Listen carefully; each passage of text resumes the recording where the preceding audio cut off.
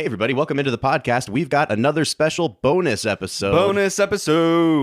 So today, we are actually switching gears. Our bonus episodes so far have been in the My Favorite Movie category, where we've gone to some distilleries, talked to their owners and CEOs about their favorite film and their product. But today, Brad and I want to get back into talking about movies. You know, every week we bring you one movie. But there's just going to be some films that we never really get around to talking about. And some of them are like our favorites. Yeah. And one category that I think is always going to be underrepresented on these lists are the comedy. Dude, comedies are so unfairly represented. Oh, for sure. But they're literally some of America's, as a whole, most favorite movies. Absolutely. So Brad and I got this concept that we're going to start a new theme for our bonus episodes. And instead of doing my favorite movie, we're going to be doing our top fives. So what we're going to do is we'll have a topic. Brad and I, independently of each other, will develop a list of our top five blank. We'll comprise our top five movies of that topic, and we'll kind of go back and forth. We'll debate a little bit. And what we're doing is we're going into this blind. So our topic for today is the top five comedies since the year 2000. We limited it to the 2000s because there's just too many comedies. But we're going in blind, right, Brad? I mean, I have no idea what your list is. I have no idea what your list is. We did bring in an impartial third party to look over our lists and tell us whether we had overlap. But we don't. I mean, our lists are completely separate from each other. See, you say impartial, but I think she likes me better than she likes you. I think that's not true because it's my wife. I don't know about that. I'll have to ask her about it. You're not making my wife look good on the podcast. She told me that she likes my top five better than your top five. Oh, okay. Sure. So while we're going over our top five lists, we thought this would be a good time to bring out some of the more craft distiller type whiskeys that we've been drinking.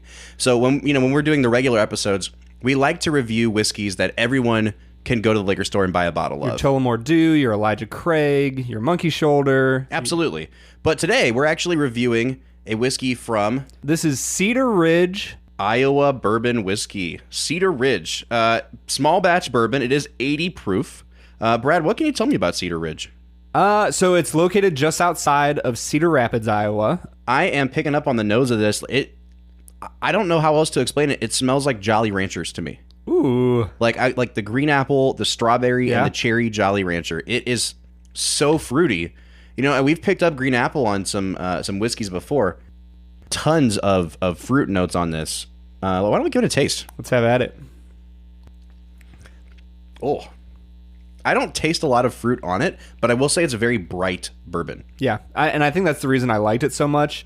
If you've listened to the podcast, you know I really like my Irish whiskeys. Mm-hmm. Because they're just a little bit more of a bright, clean feel to them. Yeah. And this reminds me of that. Yeah, it doesn't have those really dark notes you get from a more aged bourbon. You know, I'm thinking especially of the Elijah Craig, which you did not respond greatly to because, right. I mean, it had so much smoke and intensity behind it. This is a really easy sipper. Mm-hmm. Big fan. Yeah, I like it. Big fan. So thank you to Cedar Ridge. We're going to continue to sip on this as we get into our top five comedies of the 2000s. Now, Brad and I were kicking around this idea, and we decided that we should lay down some guidelines. What's life without a few rules? Yeah, absolutely. Well, I mean, when you start talking about comedies, you know, you guys, some of the older folks above the age of 18 that listen to this podcast will remember what it was like to go into a Blockbuster and to go to the comedy section. Everything could be labeled a comedy. I mean, if it was in any way a lighthearted type of movie, it was a comedy. That isn't necessarily what we're going for today. Right. Like, we want a movie that made us laugh. Well, yeah, so Bob has his rules on what a comedy is going to be. My rule is, did it make me laugh? Yeah, absolutely. Period. That's the only rule I have. How hard did I laugh at this movie? But we did set a couple guidelines, because I do think that you can have a really funny movie that is ultimately a drama that had humor with it. So I'm thinking, you know, I'll get to this, but I actually had to eliminate some movies that, you know, on IMDb are listed as comedy because in my mind, they're more drama than they are comedy. What would be an example of something you got rid of? Yeah, so Little Miss Sunshine was a movie that I got rid of because, I mean, there's so much humor in it. But at the end of the day, I do think that movie is a drama. It's a family drama that just happens to have lots and lots of humor in it. So this is the criteria that I laid down. Brad agreed to the terms, so we said that the criteria should be, one, it's allowed to have serious stuff in it, but that it should primarily be a comedy. Agreed. And then number two, lighthearted does not necessarily mean comedy. Right. So, like, one of the movies that we talked about that I love dearly is Catch Me If You Can, mm-hmm. the Tom Hanks, Leonardo DiCaprio movie. I think that is, like, an almost perfect movie. and it's kind of movie you'd call like a romp, maybe. You know what I mean? Like it's very lighthearted. It has heavy stuff in it, but it's an uplifting, you kind of bounce from one scene to the next. I still wouldn't call it a comedy. I don't think anybody would call it a comedy. You bring that up like people might think of it as a comedy. I would never in a million years think of that as a comedy. Listen, I don't know who categorizes the Blockbuster. It was a comedy, dude. Well, clearly Blockbuster was doing things right. Yeah, because they're still around today. Yeah, that's right. So for myself, I actually gave myself more rules, because if you know me, that's how I roll. I decided basically a movie had to be 50% or more comedy. Like it couldn't be mostly a drama. It had to be mostly a comedy. And I wanted to know, like, how much did this movie make me laugh in addition to just being a quality movie? It's curious because you gave me these rules after I chose my top 5. Did you really? And there's one on here that I'm a little curious what you'll think. Okay. Well, why don't we get into it? I'm really excited to start. So, Brad, why don't you hit me with your number 5 comedy of the 2000s? Number 5. My 5th best movie of the 2000s is from the year 2004. Edgar Wright.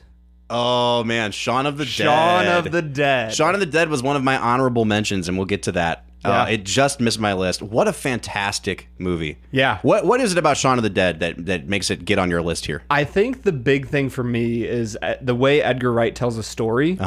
Baby Driver is probably one of my favorite movies of the last few years, and it's just the way Edgar Wright tells a story it just draws you into this almost zombie-like state where you're just following the main character through the movie. And Shaun of the Dead is the perfect example of this, when Simon Pegg, the main character, is going from his house to the grocery store, right the at gas the beginning. station, right at the beginning.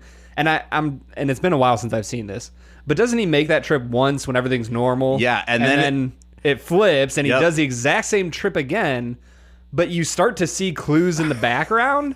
But like even the camera focus is the lens is focused on Simon Pegg. Camera movements, and he's so distracted as a character that he doesn't notice that there's been a zombie apocalypse in the background. There's like crashed cars all over. It's so funny though. It's morbid. It's funny. Top 5 for sure. Great pick.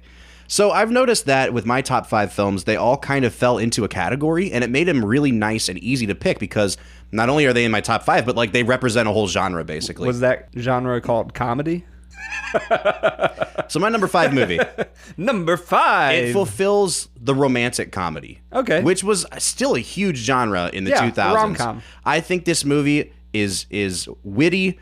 It goes into some really serious places, but it messes with the structure of your standard like linear movie. Yeah. It jumps all over the place, but my number 5 is from 2009, celebrating its 10th anniversary this year, 500 Days of Summer. That's not a comedy. Are you serious? That's not a comedy. I just don't see that as a comedy. Why not? I don't know. There's just something about that. Is it a funny movie? No. Did you just not like the movie? Not very much. So I think part of it is it's kind of like the Edgar Wright thing. It's the way that the director uses the structure of the movie to make jokes. So like Edgar Wright repeating scenes. It's also like Edgar Wright with his really fast pans of the camera, and you see the guys suiting up, and it's really funny because they're like normal guys fighting zombies. With 500 Days of Summer, it's using one day from the end of their relationship where he's super depressed, and then jumping back in time and seeing him like the day after they first had sex, walk out of the building, and there's a huge musical number where they do Hall & Oates' You Make My Dreams Come True. Yeah. And he like looks in the mirror and he sees Han Solo as his reflection. Like, it's not just that there's like witty, funny moments in the dialogue. It's that the director is having such a fun time making you laugh with the structure of the movie. But the movie is so depressing.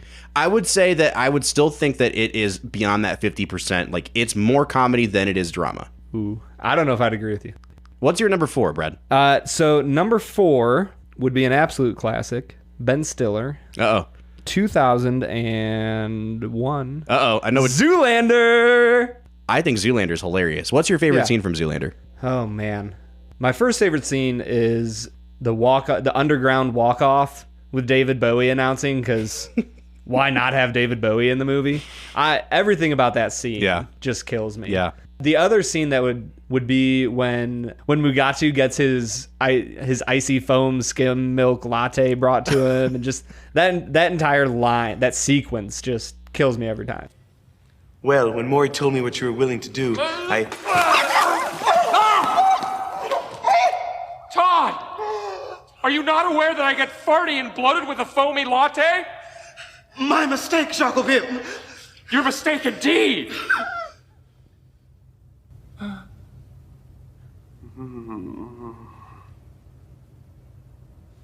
Oh.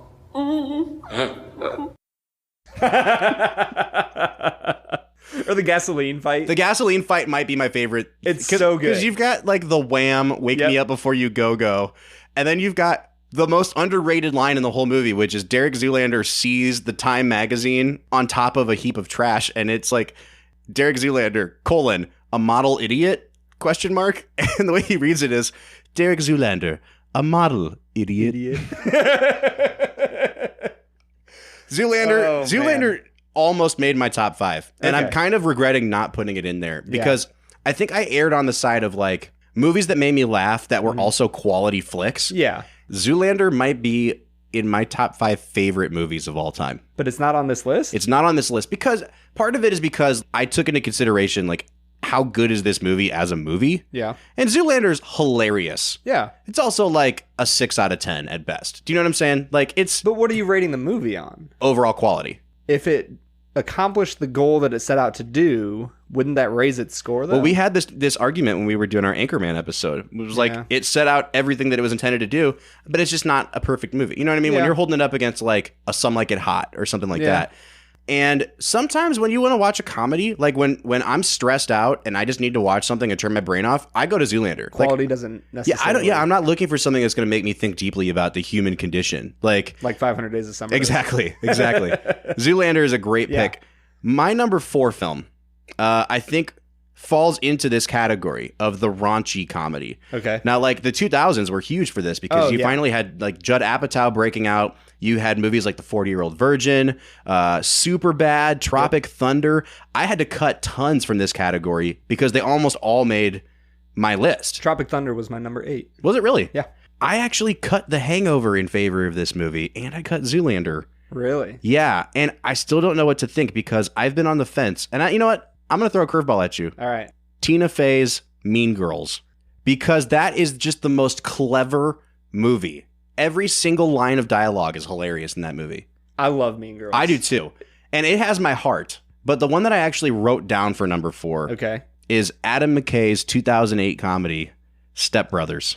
See, I've never seen Step Brothers. You've never seen Step Brothers? I've never seen Step We Brothers. got to watch it like tonight, dude.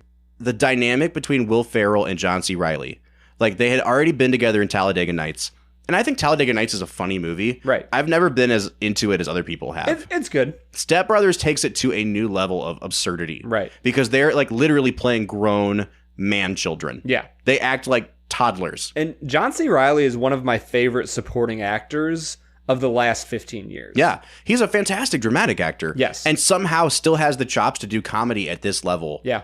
I would quotes to you, but you haven't seen Step Brothers. I haven't seen. Did we just become best friends? Yep. That's the only thing. So you know one. All right. That's good. And that's only because of the GIF. All right, Brad. What's your number 3? Number 3. My third best comedy of the 2000s is a movie from 2000. Joel and Ethan Coen is the one I'm worried about. Oh, Brother, Where Art Thou? Oh, Brother, Where Art Thou? Oh, interesting. You went the Coen route. Absolutely adore this movie. It's a weird movie. It's a really, that's really the Coen weird brothers, movie. though. In general, yeah. But there's just so many funny lines from this movie that George Clooney is flawless at delivering. Oh, dude. Clooney's comic timing is super underrated. It's impeccable. The way that his character is very clearly angling for something at all moments of the movie. Yeah. He's just brilliant. Even at the very start of the movie, when they are jumping onto the rail car when they're escaping, and he gets in there and he stands up and you see his little, minions behind him trying to jump on, and he stands up and goes, "Hello there, gentlemen. I would like to ask if any of you have ever apprenticed as a smithy or have any way of lockpicking of any sort." Right. And you see the guy trying to like climb onto the rail car behind him, and he gets on, but then the third guy is like has his hands on, then he falls. Yeah. And then the second guy falls, and then George Clooney just gets ripped off the tree. Flies out of frame. And then right after that, they have the whole line where he's like, "Well, who said that you're in charge?" Yeah. And he's like, I'm voting for yours truly, pointing himself. And I still quote the I'm a Dapper Dan man. I can get the part from Bristol. It'll take 2 weeks. Here's your pomade. 2 weeks? That don't do me no good. Here's Ford Auto Man's Bristol. Hold on now. I don't want this pomade. I want Dapper Dan. I don't carry Dapper Dan. I carry Fop. Well, I don't want fop, damn it. I'm a Dapper Dan man. Watch your language, young fella. This is a public market. Now, if you want Dapper Dan, I can order it for you. Have it in a couple of weeks. Well, ain't this place a geographical oddity? 2 weeks from everywhere. It's a good listen, and I think that my 500 Days of Summer kind of falls into this category of like, it's the movie that's it's got like artistic merit to it too. Right. You know what I mean? I would probably say that Oh Brother, Where Art Thou is the best movie of my top 5. That's a good point, and I've actually got one of these coming up here right now. My number 3. I don't know if you've seen this movie, but I struggled with placing this one on the list because it's a dark comedy. Okay. And I actually cut out the Coen brothers' Burn After Reading to put this movie on here. Okay. It's got tons of like really cynical, mean-spirited jokes to it. And if that's not your thing, then you're not going to find it funny. And it gets really dramatic. But my number 3 is actually Jason Reitman's film from 2011, Young Adult, with Charlize Theron. I'm going to be honest with you, Bob. I have never heard of Young Adult. It's really good. So the movie's basically about Charlize Theron is like an unsuccessful... She's had some success, but she's like a floundering young adult novel writer. Okay. And she goes back to her hometown that she was like the queen of the high school. Right.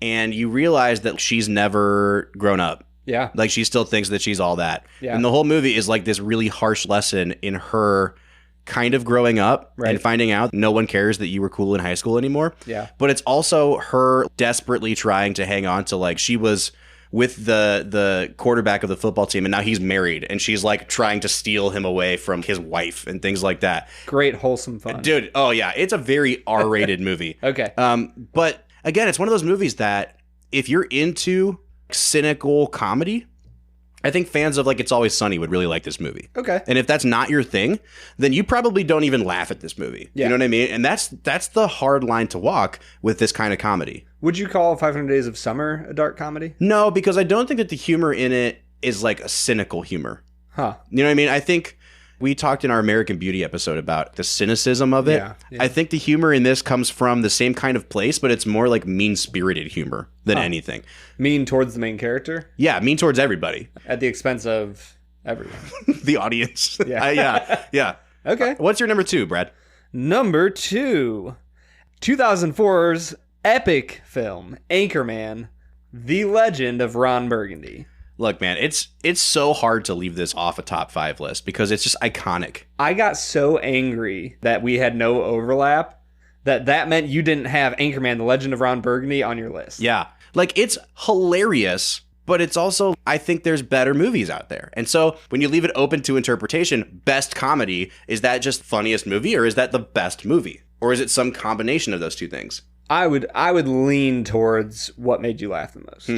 And that's why I think whenever you do any best of list, you're going to get personal bias in there. And so I just struggle with, I just think that if it made you laugh harder than another movie, should be the main thing that makes you say. Yeah. Well, that's why we have no overlap on our list. Yeah, I suppose so. What's your number 2, Bob? My number 2, you're going to really not like this one. I can tell already. So I thought long and hard about what movies made me laugh and made me laugh a lot. And I think that if there's one kind of genre within comedy that we don't give a lot of credit to, it's the animated comedy. Yeah. Because we look at animated movies kind of like for what else they're about instead of the comedy portion of it. But there's one movie that stuck out to me that was so heavily comedy, and it also fulfills the genre of the action comedy. Okay. So for a while I was thinking like, oh, maybe I'll put Thor Ragnarok on there because that was hilarious. Yeah. But I think there's so much action that one kind of toes the line. But there's one for me that it has a fantastic lead performance. This is an animated film. Okay. From the great Jack Black.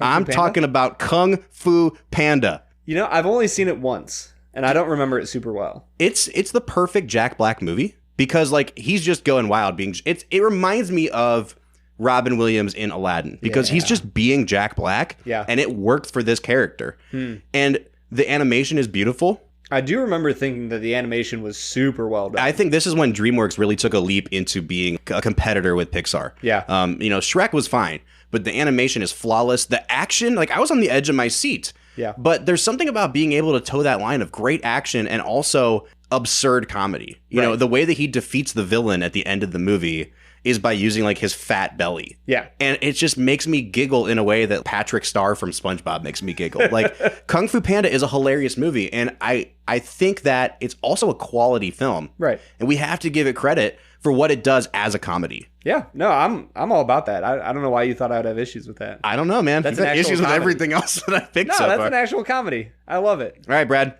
We have come to it. Number one. Your number one comedy of the 2000s. Number one comedy of the 2000s. And I literally picked this purely because I don't think I have ever laughed at the movie theater as hard as I have watching this movie, The Hangover. Oh, dude, The Hangover. And I will say, I actually just watched it again recently. It has held up very well for me. It holds up super well. It holds up super well. The thing for me is that I think it took comedy to a whole new level. Yeah. Kind of the way that early Adam McKay movies did, that Sure. Anchorman did, that like those movies kind of defined a future generation. When you think about comedies over the last 10 years, because this is the 10-year anniversary of The Hangover, you can find almost all of their roots. Oh, they follow the in blueprint of The Hangover. The I mean, you don't Hangover. have Bridesmaids Right. without The Hangover. Right. You don't have, what was the one with LeBron and Amy Schumer? Trainwreck. Trainwreck. You don't have that without The Horrible Hangover. Bosses. Yep. Yeah, you don't have those movies if you don't have Hangover. Yeah, And the thing is, absolutely. I don't think any of them did it as well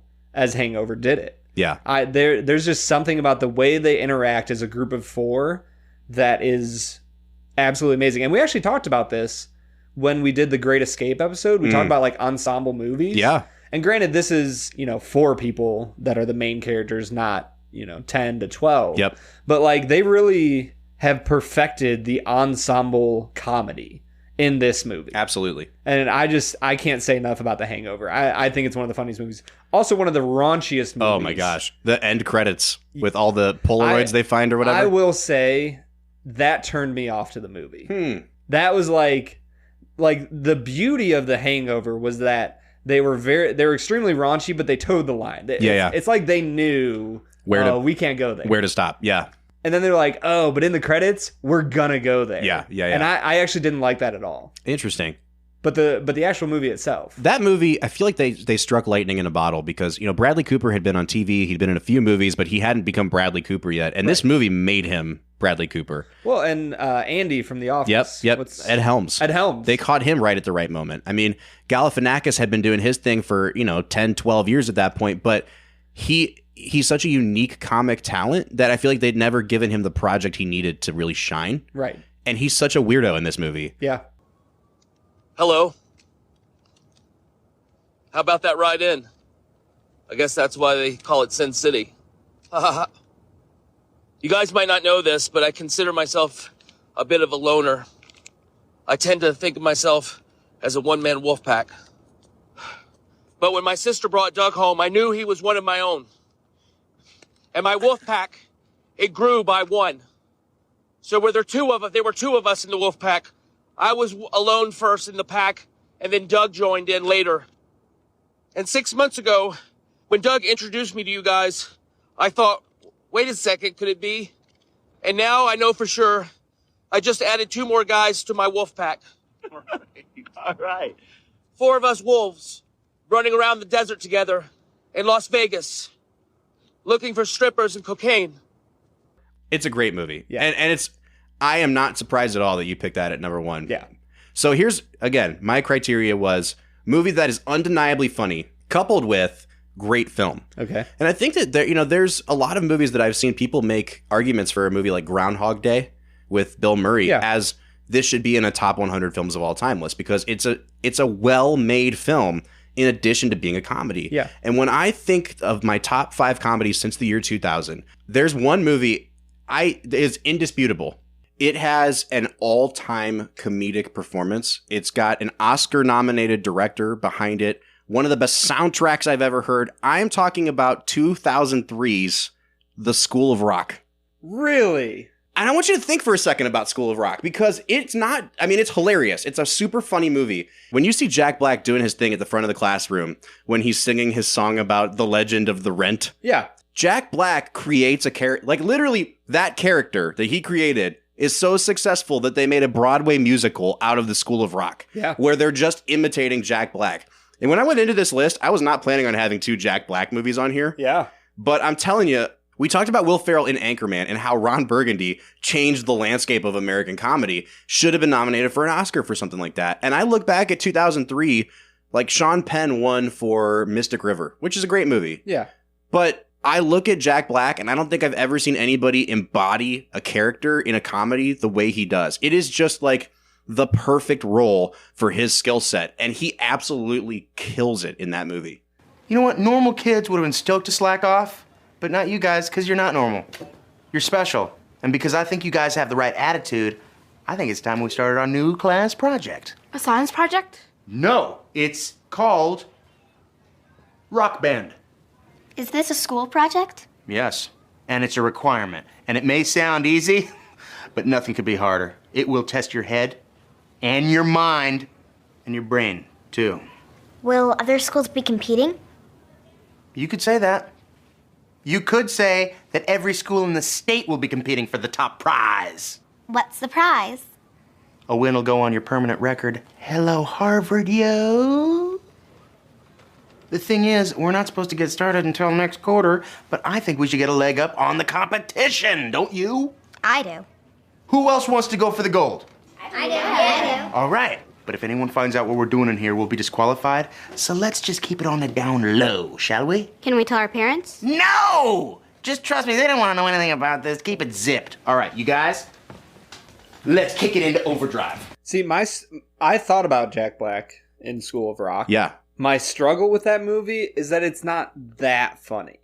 Like it's funny. It doesn't have laugh out loud moments. Yeah, it just I remember thinking to myself, School of Rock is like, it's a decent movie, but it's not enough of anything to make me love that movie. And I literally I was looking through a lot of lists of top comedies of the 2000s, and School of Rock was often in the top 10, 15 movies. Yeah. And I just always was like, and I've actually seen that movie enough times to possibly include it. I just didn't think it was that funny. See, that's one of those movies, and I think that's actually a good point, is that it might not have the laugh out loud moments of a Hangover. Right. But when that movie's on TV, I stop what I'm doing and watch that movie because it's just so consistently entertaining. And I think when I think of, you know, the American Film Institute's like 100 best movies, and I'm thinking like if they were going to put a movie on there, like what would I be proud to see on that list? Yeah. You know what I mean? Like they're not going to put Anchorman on there. Yeah. It's just not going to happen. They're not putting like a Billy Madison because that's not even a great movie. Yeah. But I really do think School of Rock qualifies as a great comedy and a great movie. I can see that. And you come out of the theater like watching that movie pumped. Yeah. The final song that they do, it's just an uplifting, funny movie. Yeah. And I have no regrets about putting it at number one. School of Rock. So there you have it, guys. Brad's number one is The Hangover. My number one is The School of Rock. But we want to hear from you. So give us a call. Leave us a voicemail. Our number is 216-800-5923. Or hit us up on social media. Brad, where can they find us? Instagram, @FilmWhiskey. Twitter? @FilmWhiskey. Oh, okay. And how about Facebook? @FilmWhiskey. Oh, okay, great. So they all have an E. They all have it. So if you know how to spell the word whiskey and you know how to spell the word film, yes, you should be pretty good. Yeah. Hit us up on social media. Give us a call. Let us know what is your top comedy since the year 2000. I'm Bob Book. I'm Brad G. And we'll see you next time on the Film and Whiskey Podcast.